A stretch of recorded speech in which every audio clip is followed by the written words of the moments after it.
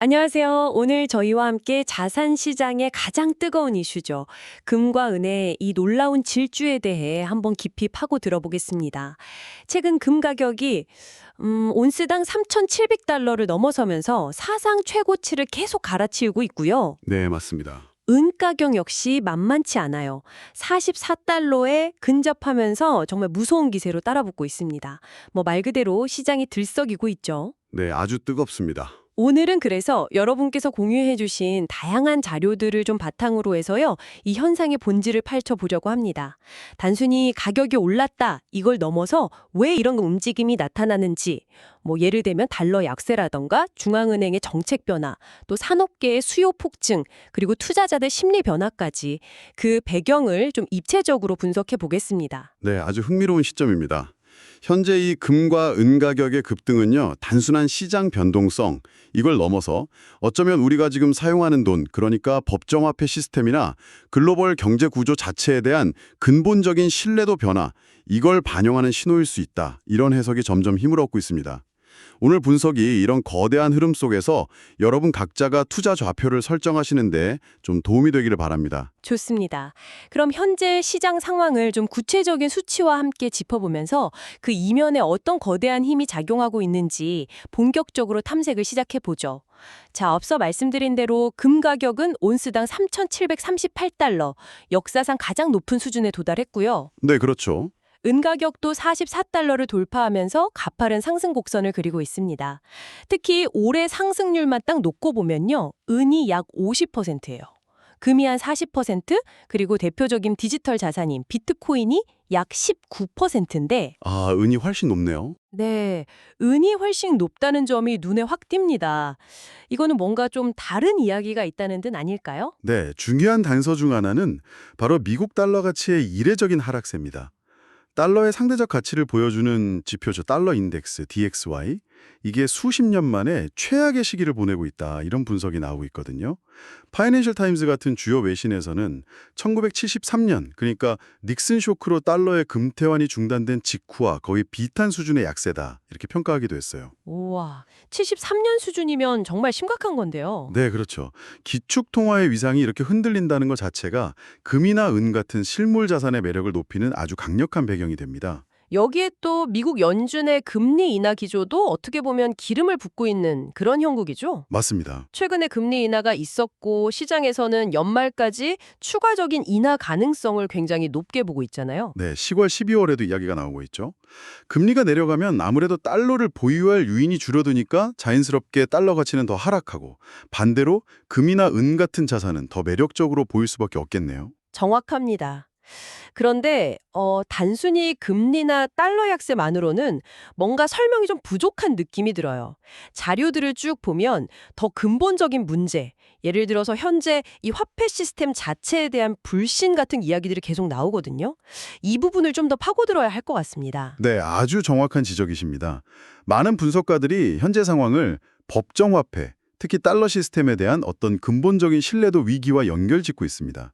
한 소스에서는 금을 거짓으로 부풀려진 부의 falsely stated wealth를 드러내는 거울이다 이렇게 비유하기로 했죠. 이런 의구심이 커지는 겁니다. 그렇죠. 뭔가 가치가 계속 희석되는 느낌이죠. 네, 2002년에 벤 버난키 당시 연준 이사의 그 유명한 헬리콥터 연설 있잖아요.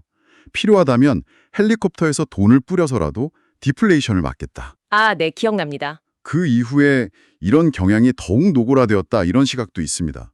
결과적으로 통화 가치가 계속 떨어지니까 사람들은 가치를 보존할 수 있는 다른 수단을 찾게 되고 그 대표적인 대안이 바로 금과 은인 셈이죠. 그렇군요. 그런 관점에서 보면 최근에 모건 스탠리 같은 대형 투자은행의 최고 투자 책임자 CIO가 전통적인 60-40 포트폴리오 있잖아요. 주식 60, 채권 40. 네, 그렇죠. 그거 대신에 금을 20% 편입하는 60-20-20 전략을 제안했다는 게 상당히 의미심장하게 들립니다. 이게 단순한 분산 투자를 넘어서는 거죠. 기존 자산 배분 전략의 한계를 인정하고 금의 역할을 재평가하고 있다. 이런 신호로 읽을 수도 있겠네요. 바로 그 점이 중요합니다. 과거 데이터 분석 결과를 보면요. 실제로 이 60-20-20 전략이 60-40 전략보다 연평균 수익률 면에서 더 나은 성과, 그러니까 9.35% 대 5.63% 정도로 더 높게 나오면서도 S&P 500 지수와 비슷한 수준의 성적을 기록했다는 분석도 있습니다. 오, 수익률 차이가 꽤 크네요. 네. 물론 변동성은 다소 높을 수 있지만 인플레이션이나 어떤 시스템 리스크에 대한 해지 수단으로서 금의 가치를 인정한 결과라고 볼 수 있습니다. 여기에 더해서 금융 억압, Financial Repression 현상이라고 하죠. 정부가 의도적으로 금리를 낮게 유지해서 부채 부담을 줄이려는 정책, 이것도 실질 수익률을 갉아먹기 때문에 금과 같은 대체 자산의 매력을 부각시키는 요인이 되고요. 지정학적 불안정성이나 유럽 국가들의 부채 문제 같은 요인들도 당연히 안전자산 선호 심리를 자극하는 불쏘시개 역할을 하겠고요. 그렇습니다. 전쟁 위협이나 특정 국가의 재정 위기 같은 건 불확실성을 높여서 안전자산으로 자금이 확 쏠리게 만들 수 있죠. 또 과도한 국가 부채는 결국 또 다른 형태의 통화 발행 압력으로 작용할 수 있어서 장기적으로 보면 통화 가치 하락과 귀금속 가격 상승 가능성을 높이는 요인이 됩니다. 지금까지 금에 대한 이야기를 주로 했는데 사실 최근 시장의 주인공은 어떻게 보면 은이라고 해도 과언이 아닐 정도로 상승세가 정말 매섭습니다. 네, 은이 정말 뜨겁죠. 금과는 또 다른 은만의 특별한 매력이나 상승 동력이 있는 걸까요? 네, 은 시장을 이해하려면 크게 한 세 가지 측면을 봐야 합니다. 첫째는 말씀하신 대로 상대적인 가격 매력입니다. 역사적으로 금 가격 대비 은 가격 비율, 이걸 금은비, 골드 실버 레이쇼라고 부르죠. 이게 평균적으로 한 60배에서 70배 정도에서 움직였어요. 아주 긴 역사를 보면 1대 15 수준이었다는 분석도 있고요. 1대 15요? 와, 엄청난 차이네요. 네. 그런데 최근 몇 년간 이 비율이 80배를 넘어서 심지어 100배 이상 벌어지기도 했습니다. 지금은 다소 좁혀져서 한 80배 중후반 수준이지만 여전히 역사적 평균보다는 높거든요. 이건 그만큼 은 가격이 금에 비해서 저평가되어 있다, 이런 인식을 주는 거죠. 아, 아직도 싸다 이런 느낌이군요. 그렇죠. 실제로 달러 기준으로 보면 은 가격은 아직 2011년의 사상 최고가, 온스당 한 50달러 정도였는데 거기에 미치지 못하고 있습니다. 하지만 흥미로운 점은 캐나다 달러나 영국 파운드, 유로와 같은 다른 주요 통화 기준으로는 이미 사상 최고가를 경신했다는 거예요. 아, 정말요? 다른 통화로는 이미 넘었군요. 네. 이게 뭘 시사하냐면 앞으로 달러 약세가 더 진행될 경우에 달러로 표시된 은 가격의 추가 상승 잠재력이 그만큼 크다는 것을 보여주는 강력한 증거가 될 수 있습니다. 네, 역사적 비율로 보나 다른 통화 기준으로 보나 여전히 상승 여력이 있다는 분석이군요. 그럼 두 번째 이유는 뭔가요? 산업적 측면이 강하다고 들었는데요.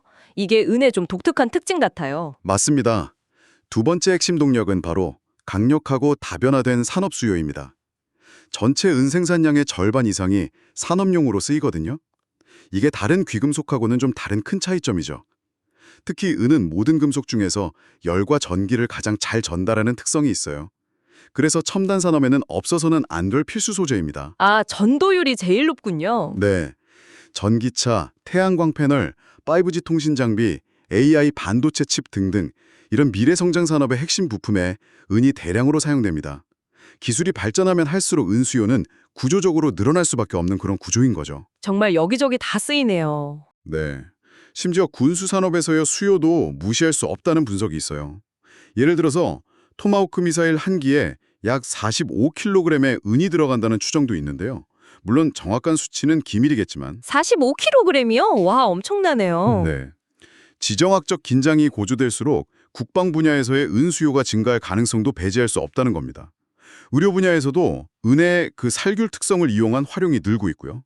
이런 탄탄한 산업 수요는 은 가격의 하방 경직성을 높여주는 동시에 또 강력한 상승 모멘텀으로 작용하고 있습니다. 수요 측면은 정말 확실히 매력적이네요. 그럼 마지막 세 번째 특징은 무엇인가요? 공급 쪽에도 문제가 좀 있다고 하던데요. 세 번째는 바로 구조적인 공급 부족입니다. 자료에 따르면 지난 4년간 누적된 은 공급 부족량이 무려 6억 온스를 훌쩍 넘어섰다고 해요. 이게 약 19,000톤 이상인데요. 내년에도 1억 온스 이상의 공급 부족이 예상될 정도로 수급 불균형이 상당히 심각합니다. 와, 부족량이 엄청나네요. 왜 이렇게 부족한 거죠? 더 큰 문제는 은이 주로 금이나 구리, 아연 같은 다른 금속을 채굴할 때 부산물로 얻어진다는 점이에요. 아, 주력으로 캐는 게 아니군요. 네. 즉 은 가격이 오른다고 해서 은 생산량을 즉각적으로 확 늘리기가 어려운 구조적인 한계가 있습니다. 게다가 현재 확인된 은 매장량 자체도 그렇게 많지가 않아서요. 현재 생산 및 소비 속도를 감안하면 산술적으로 한 15년에서 20년 안에는 고갈될 수도 있다. 이런 경고까지 나오고 있습니다. 15년에서 20년이요. 생각보다 정말 짧네요. 매우 어려운 상황이라는 점은 분명해 보입니다. 공급은 제한적인데 수요는 계속 늘어나는 구조. 이것이 은 가격 상승의 또 다른 강력한 엔진인 거죠. 수요는 폭증하는데 공급은 못 따라간다. 와, 정말 강력한 조합이네요. 그렇다면 앞으로 가격은 어디까지 갈 수 있을까요? 시장 전문가들은 어떤 전망들을 내놓고 있습니까? 단기적으로는 많은 전문가들이 온스당 50달러를 중요한 심리적 그리고 기술적 저항선으로 보고 있습니다. 50달러요? 아, 2011년 고점 부근이군요. 네, 이 가격대에 처음 도달하면 과거 패턴상 차익 실현 매물이 좀 나오면서 일시적인 조정, 예를 들어 한 10%에서 20% 정도 하락해서 39달러에서 41달러 선까지 밀릴 가능성이 있다. 이런 분석이 나옵니다. 현재로서는 과거의 강력한 저항선이었던 35달러 부근이 중요한 지지선 역할을 할 것으로 보고 있고요. 단기적으로는 50달러 찍고 좀 조정을 받을 수 있다. 네, 그럴 가능성이 있죠. 하지만 이건 단기적인 관점이고요. 장기적으로는 훨씬 더 높은 가격대를 예상하는 목소리도 점점 커지고 있습니다. 앞서 우리가 논의했던 달러 약세 심화, 법정화폐 시스템에 대한 불신 확산, 그리고 주식이나 채권 시장에서 귀금속으로 자금이 이동하는 거대한 자산 순환, Great Rotation, 이런 것들을 고려하면요. 2011년 고점인 약 50달러를 넘어서 60달러, 80달러까지도 충분히 가능하다는 전망이 나옵니다. 80달러요? 네.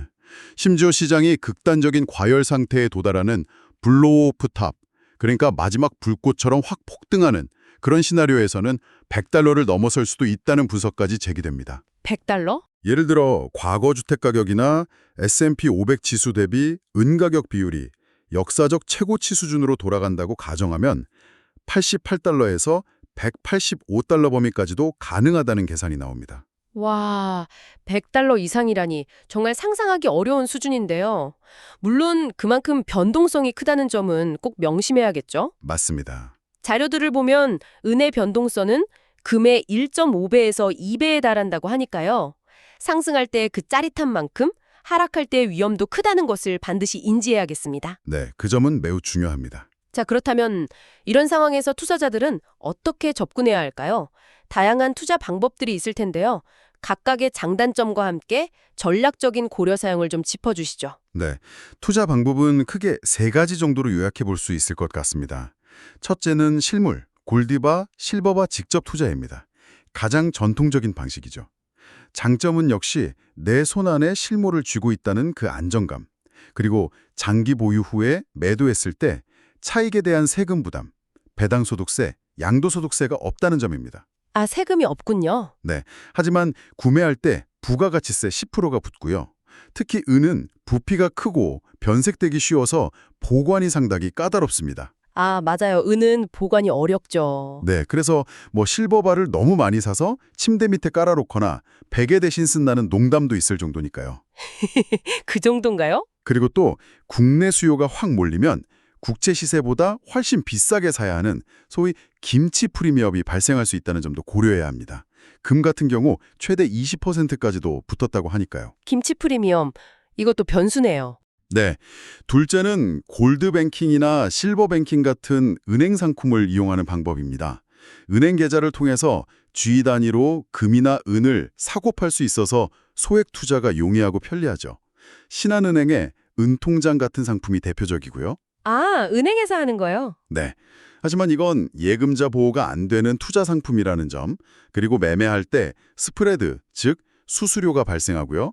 매매 차익에 대해서는 배당소득세 15.4%를 내야 합니다. 세금이 붙네요? 네, 실물로 인출하려면 부가세 10%에다가 추가 수수료도 부담해야 하고요. 편리함의 대가라고 할 수 있겠죠. 장단점이 확실하네요. 셋째는 상장지수 펀드 ETF 투자입니다. 주식처럼 증권시장에서 금이나 은 관련 ETF를 사고 파는 방식이에요. 실물 보관의 번거로움 없이 국제 시세에 연동해서 투자할 수 있고 유동성도 높다는 장점이 있습니다. 해외 시장에 SLV 같은 은 ETF가 유명하죠. ETF는 좀 간편하겠네요. 네, 다만 해외 ETF는 매매 차익에 대해서 양도소득세 22%가 부과됩니다. 국내에 김치 프리미엄이 너무 과도할 때는 국제 시세를 추종하는 ETF가 상대적으로 유리한 선택지가 될 수도 있습니다. 물론 국내에도 금, 은 관련 ETF들이 상장되어 있고요. 방법은 정말 다양한데 결국 어떤 전략을 가지고 접근하느냐가 중요하겠군요. 특히 지금처럼 변동성이 커지는 국면에서는 더욱 그렇겠죠? 그렇습니다. 전설적인 투자자 제시 리버모어의 옳다고 판단했다면 참고 기다려라. Be right and sit tight라는 말이 지금 시점에 특히 유효하다고 봅니다.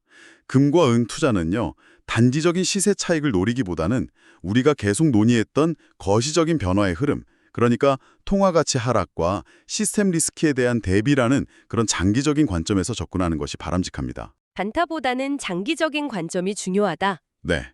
그리고 또 자신의 투자 성향과 위험 감소 능력을 잘 고려해서 금과 은의 비중을 조절하는 지혜가 필요합니다.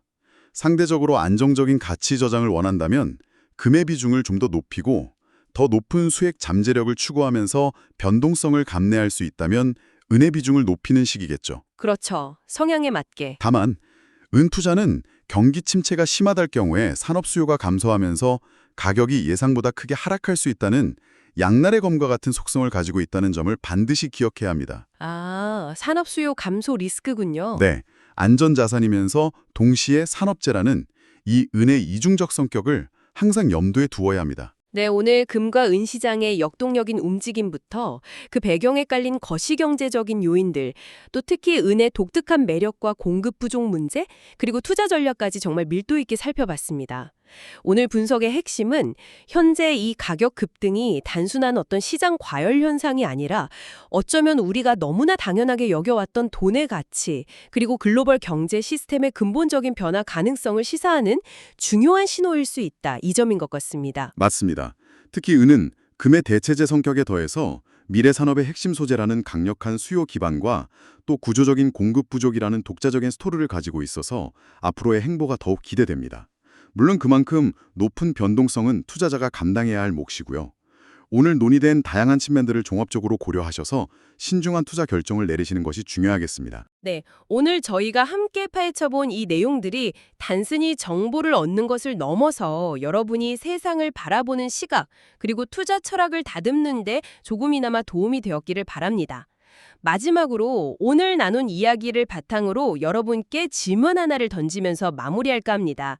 만약 금과 은 가격의 상승이 일시적인 현상이 아니라 정말 장기적인 추세라면 이는 우리가 앞으로 살아갈 세상의 가치 저장 수단과 화폐 시스템에 대해서 과연 어떤 근본적인 질문을 던지고 있는 걸까요? 어쩌면 우리는 지금 거대한 전환의 초입에 서 있는 것일지도 모릅니다. 한번 깊이 고민해 볼 만한 화두가 아닐까 싶습니다. 오늘 심층 분석은 여기서 마무리하겠습니다. 다음 시간에 더욱 흥미로운 주제로 다시 찾아뵙겠습니다. 감사합니다. 감사합니다.